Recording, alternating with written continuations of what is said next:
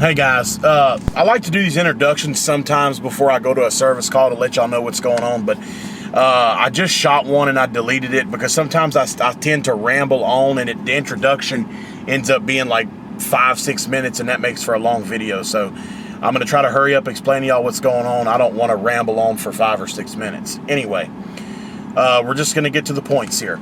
We're headed on a service call that has 2 systems on it. Upstairs, downstairs. 2 5-ton Goodman dry shipped units. I believe they're heat pumps, but I could be wrong about that. They could be straight cool, but I'm not sure about that. Anyway, we changed out one air handler because both air handlers were leaking refrigerant when I went out there last year. They're 1988 Goodman air handlers. I was referred to this customer by another customer of mine, and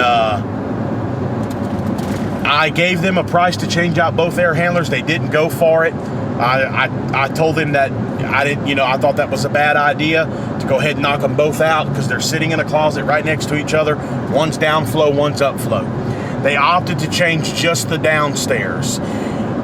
They have not had a problem with the downstairs since I changed it. They said everything's been great, but this will be the 3rd time I've been back on this upstairs one because it still has the 1988 air handler in it and it's leaking gas. And I have to, it's a big unit, it's a 5-ton, and I always end up putting like 4 or 5 pounds of gas in this thing. And I told them if they keep doing this, if pretty much the way they're at right now, if I gas them up again today, between today's gas up and the other 2 I've done, they've pretty much bought an air handler. So if it's low on gas, I'm going to try to get them to replace the air handler, but we'll see what happens. It doesn't always work like that. So anyway, all right, we're almost there, so hopefully we can get some good film on it. All right, guys, here's our 2 Goodman dry ships. Let's see if they're heat pumps. Yeah, they are heat pumps. I thought they were.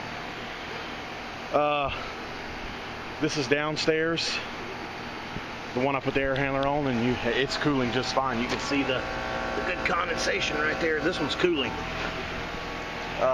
This one is not cooling.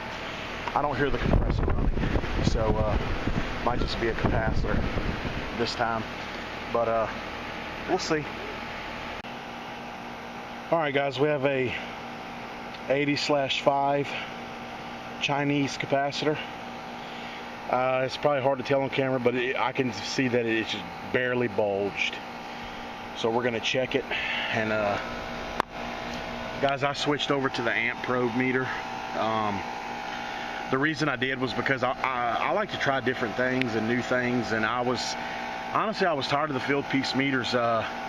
And to be completely honest with you, I've had a lot of trouble with field piece meters, and so I just thought I'd try something different. This is a very nice meter. It's very durable. It's so much heavy dutier than the field piece.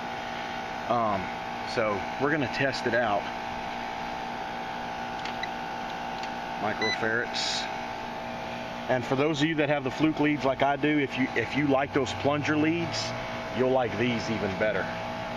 These do a better job than the plunger leads. So let's test it out. We'll go common. See, they hold real nice. To hermetic. We have a whopping 24.62 out of 80. So that's definitely not going to cut it. Let's try the fan side.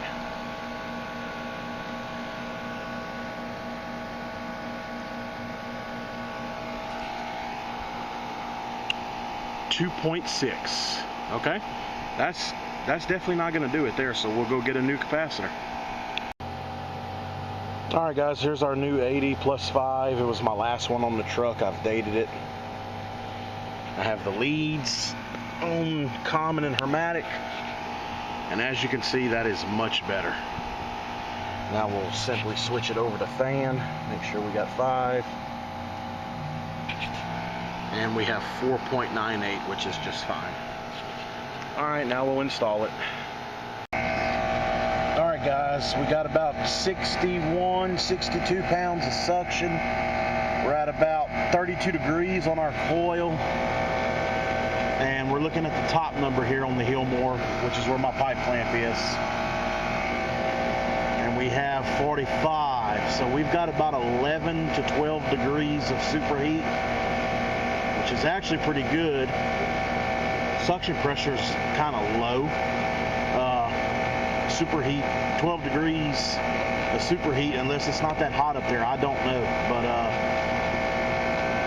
and I'm not going to go into great detail about figuring it out, and you can call me a hack for that or whatever you want to do, but when I'm working on a unit that's hooked on an 88 air handler, there is no reason to go into great detail.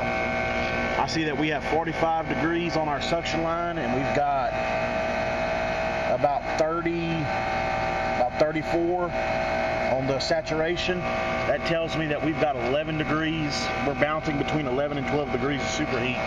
Got about 61, 62 pounds of suction pressure. It's not going to freeze up. I mean, well, it's actually right at freezing. But that is a low superheat with a low suction pressure. But no, I'm sorry, we're not going to freeze up. We're at 34 degrees. We're at 34 degrees on the coil, not 32. 34 and 45. So that's 11 degrees of superheat.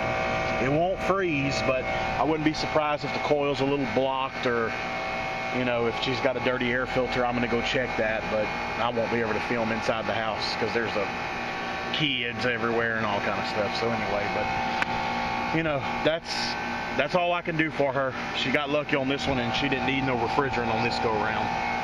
All she needed was a capacitor. So, all right, guys, probably wasn't the greatest, but I wanted to put something up. Thanks for watching, and we'll see you guys on the next one.